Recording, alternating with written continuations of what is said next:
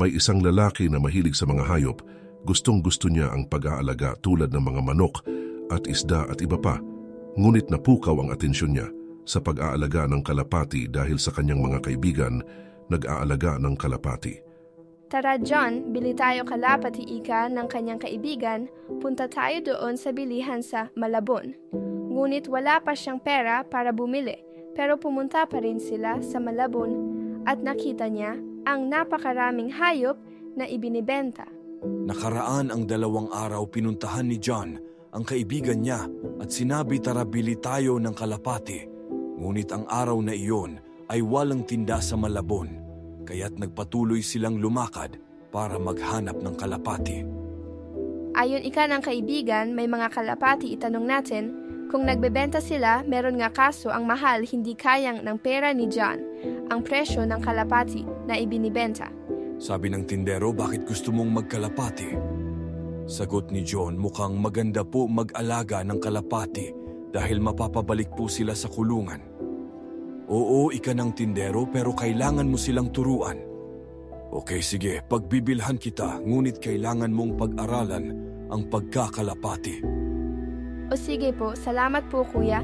Sa pagbenta ng kalapati, hayaan niyo po aalagaan ko po ito.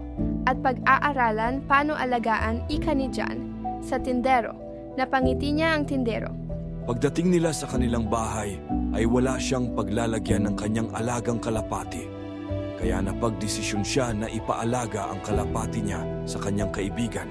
2 na sila ngayon, nag-aalaga ng mga kalapati. Pagkagali nila sa eskwelahan, diretso siya sa kanyang kaibigan para magpakain ng kalapati at magpalibad, at may nakilala silang magkaibigan na isang nangangalapati at sila niyaya upang makipaglaban ng karera ng kalapati. Tara maglaban tayo ng kalapati, pustahan ng kalapati din. At kung sino ang maunang umuwi at maidala dito, sa poste na ito siyang panalo at mapupunta sa kanya ang kalapati. Kinausap ni John ang kanyang alagang kalapati na bilisan mo. Para manalo tayo, para magkaroon pa tayo ulit ng kalapati na makakasama mo. At nagsimula na ang karera nilang ng 2 kalapati. Sa wakas nanalo tayo ika ni John sa kanyang kaibigan. Ang bilis ng kalapati natin, nanalo tayo yehe. May dagdag na kalapati na tayo hanggang nagpatuloy sa pag-aalaga ng kalapati si John at naging bihasa sa pag-aalaga ng kalapati. At nagkaroon na siya ng sariling mga kulungan. Natutunan siyang lumaban sa mga karera, sa street fight, at sa mga pigeon club, nagkaroon siya ng maraming kaibigan at naiwas sa mga kalokohan sa barkada. Dahil mas nagustuhan niya ang pagkakalapati.